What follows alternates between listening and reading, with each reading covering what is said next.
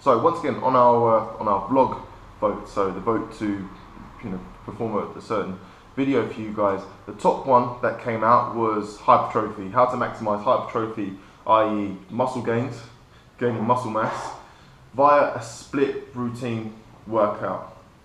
Now, as Mark Gripto, who's an author and a strength and conditioning coach, says that when you come to training, there's no real wrong way. There's just one way that's righter than others. So that's what I'm going to go over, is how to optimize muscle growth from your split routine. So split routine is where someone might train shoulders on one day, triceps on another day, chest on one day. So you break down each muscle compartment and train them as such. Now, a better way to do this is to actually train a movement for strength, and then to go down into a breakdown of isolative movements, i.e. a split workout, after that.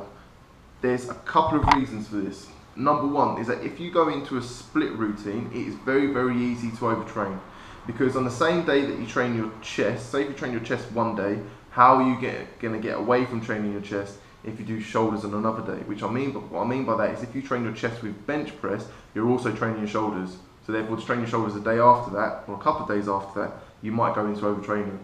So a better way to do this is to actually focus on maybe 3 or 4 main lifts. So for example, 2 upper body lifts, 2 lower body lifts. So you might have the bench press, overhead press, and the bent row. So you've got 2 pushing movements, 1 pulling movement, and then you might have the deadlift and the squat. The benefit of this is that you maximize protein synthesis, i.e. muscle building, by challenging one muscle group twice a week. But we're going to go into a way to make sure that you don't overload by doing so.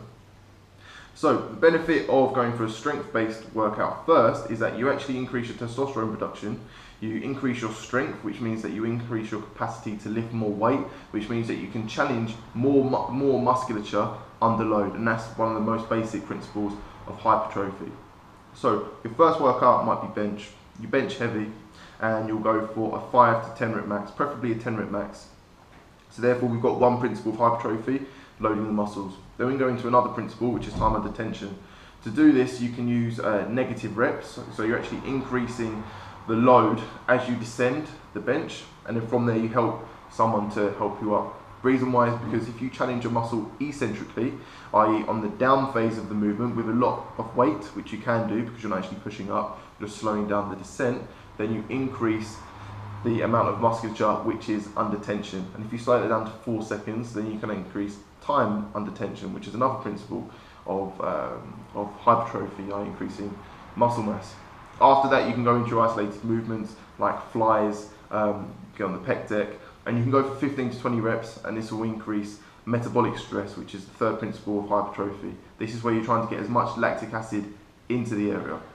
So that's a basic workout on how you can increase muscle growth. If we go into the routine that you do each week, you then go on to overhead press, once again trying to go heavy, bent rows trying to go heavy, leg press, squat trying to go heavy, deadlift trying to go heavy, and then break into each component of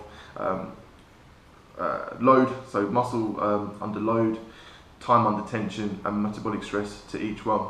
If you type in on Google EMG studies per body part, so say if you really want to work on your hamstrings, if you type in hamstring EMG studies, you'll find a list of the most effective exercises to challenge those areas. The reason why is because EMG studies detect the activity of a muscle during a particular movement. So therefore, if you've got the exercise which recruits as much musculature as possible, then you're on a sure win to getting the exercise which is best suitable to achieving your goals. So I hope that helped. That was a basic summary of how to get the most out of a split routine program. To summarize, go for strength first.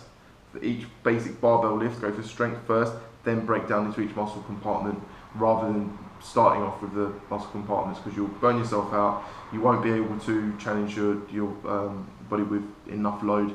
So that's a much more effective way to do it. And then simply just take into consideration EMG studies, most effective exercises per muscle part. But as well as that, 3 principles of hypertrophy, are gaining muscle mass, which is 1, loading the muscle, 2, time under tension, and 3, metabolic stress.